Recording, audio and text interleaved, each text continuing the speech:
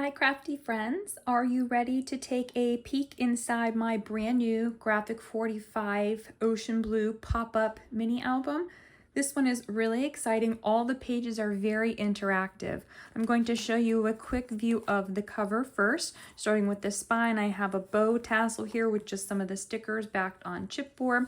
This does not have to be added to the album if you don't like spine tassels. The back just has some paper and some stickers across it here. And this is my new peekaboo cover, so it does have a window. You could place a picture in here, or you can just see that picture on the first page of the album. The cover here in the album is 7 1/4 by 8 1/2, and it has a 2 3/4 inch spine. There is gold metallic cardstock on the front, the spine, and the back, but it's not throughout the album. I just wanted the cover to be really sparkly and shiny. There are some pieces layered up here. I did use the new Graphic 45 keepsake kit to make this album. There is a mini album kit, limited edition, available, and then there will also be a tutorial if you already purchased the paper.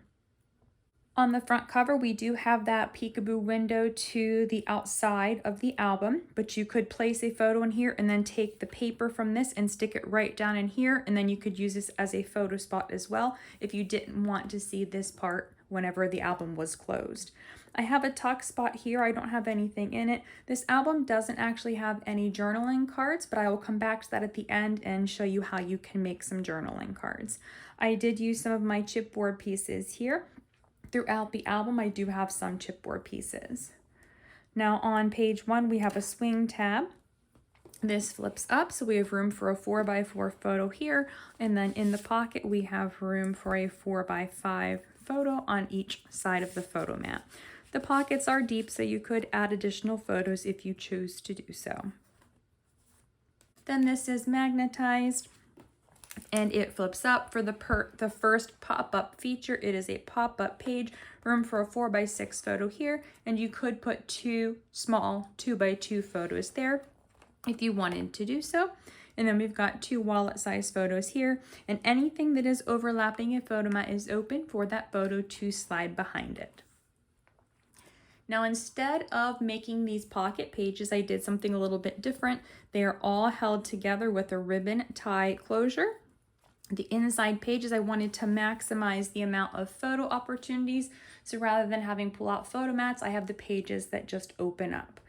We have room for a full 4x6 here, a wallet-sized photo here, and 2 3x3 photos here. Now you could put photos on this paper too, but personally I like to see a combination of photos and the decorative papers. So I would only put a picture here, here, here, and here.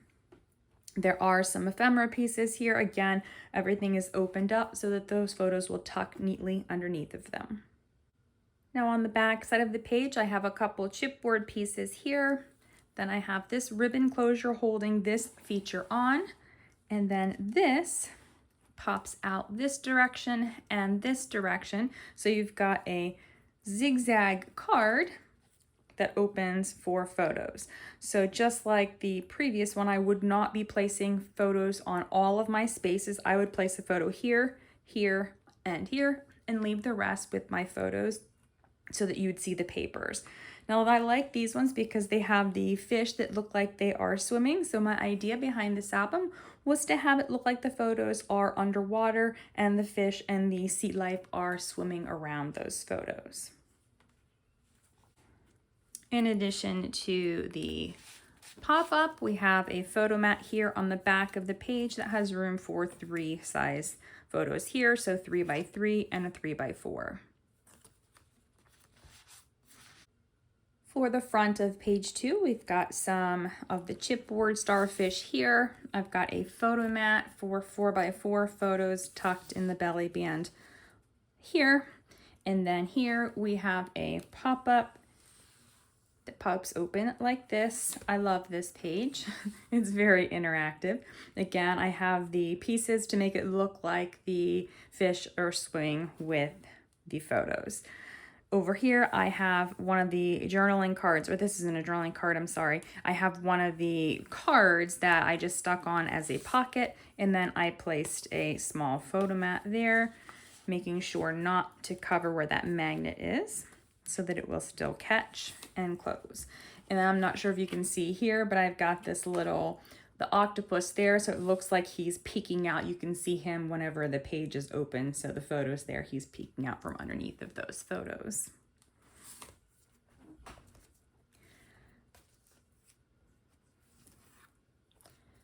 Now on the inside, I will open this up. All of the inside pages are decorated the exact same with the exception of the ephemera pieces that are added in and the journal card or the card here, but these papers are all the same. So we've got the 2 stripe photo spots, the 2 shell photo spots, and then the decorative shell papers.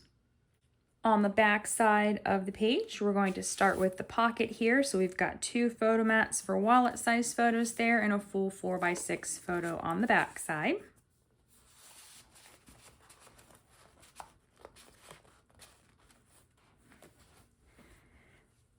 Now on the page, we've got this feature here, and these slide up and down, room for 3x3 photos there.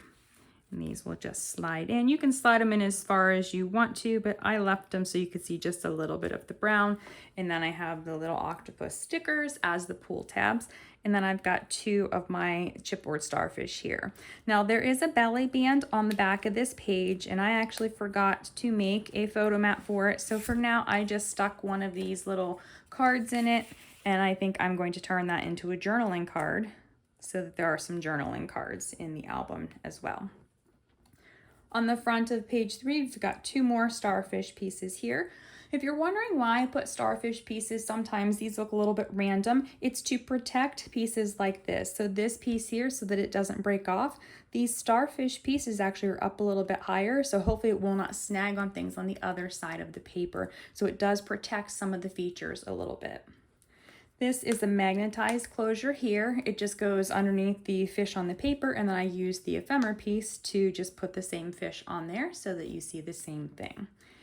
This page here flips open like this, and we've got all of these photos, and hopefully you can see all of the fish that I have sticking up as well. Now I really like the idea of this page, but this is the first time I've used this feature, first time doing it. I would probably do it a little bit differently if I did it again. So if you are making the album, you actually do not have to put this one here down. This bottom one, I expected it to be a photo mat. When it was flat on the desk, you opened it all the way, it actually was easier to see, but because there are pages here on each side, this book doesn't open flat like it does if this was just by itself. So this one is probably not usable unless you would want to flip this out of the way to be able to see your photo. So if you don't want to add additional bulk that's not necessary, you wouldn't have to include this white cardstock mat or this blue mat. And this album will be for sale, so if you do purchase this, you could actually very gently remove that piece from the tab that it's on, and you could add additional paper on the backside, and you could use that as a photo mat somewhere else in the album. The idea here was to have the photos on these blue papers, and then again having the decorative papers, and then the little fish piece to give it some decoration. Inside the page, again, we have that same photo spread with just some of the ephemera pieces here and here. Then on the back side of the page, we have this one. We have a large pocket behind the whole page, room for a 4x6 photo here and a 4x6 photo here. Or if you like smaller photos, you could put 2 small photos on each of these as well. Then on the main part of the page, I do have some starfish chipboard pieces here. You have to be really careful about where you place these pieces so that it doesn't catch on the frame when it moves.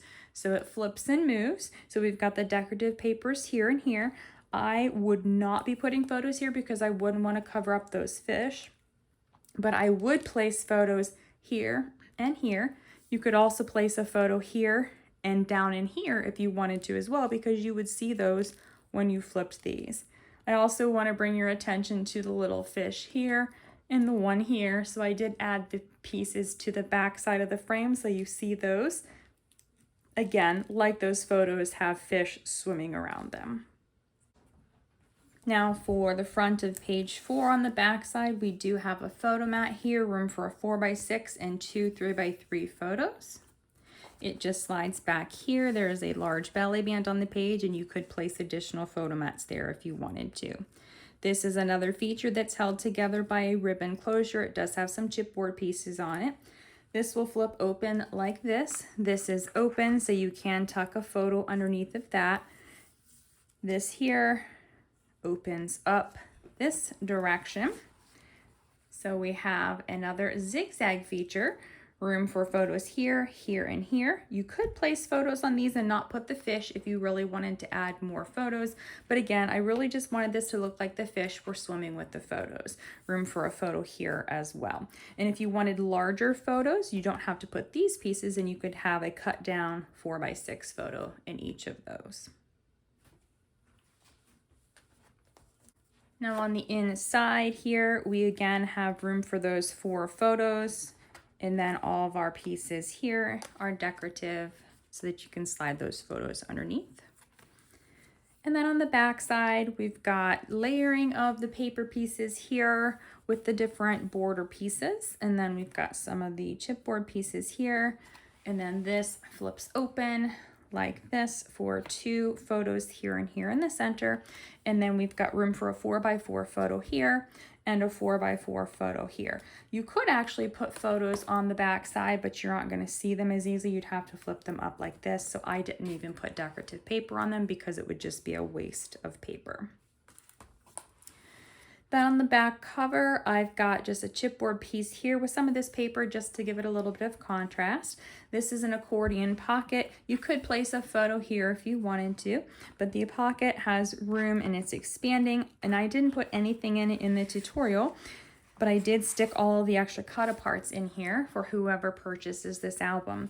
The idea with this pocket is that you can add additional things and make this suit your needs. So if you have additional photos you want to place in here, if you have tickets or memorabilia from a trip, you can place whatever you want in there.